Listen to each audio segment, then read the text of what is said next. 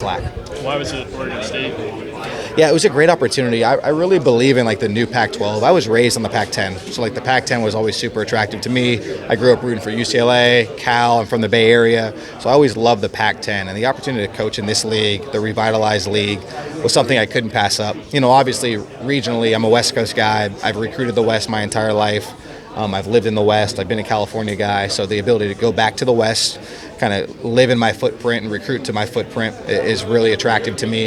And certainly the family dynamic with my wife being in Oregon was certainly sauce on the cake, so to speak. So that was a great opportunity as well.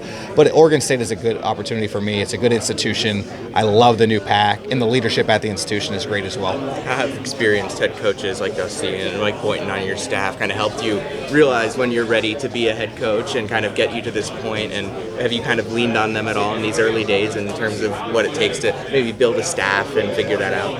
Absolutely. I think you're preparing to be a head coach without even really trying to prepare.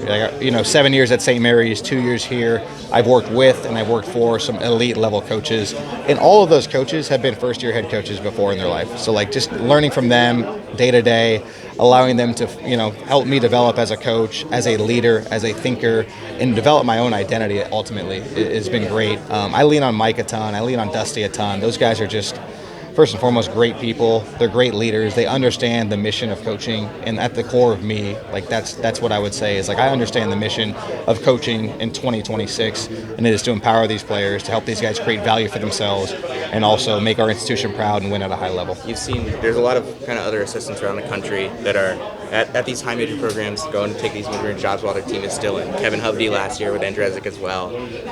Luke Murray, who's taking the BC job. Have you kind of talked to any of those guys at any point just about managing this process? Not really about managing it. I'm close with the Todd Golden / Kyle Smith tree, so to speak, just because it's similar to the Randy Bennett tree. Are all kind of one. So I've had conversations with those guys a bit. Luke Murray, I know a little bit. We've talked a little bit just via text. Super pumped for him with the BC opportunity. But really, man, I try and be exactly where my feet are.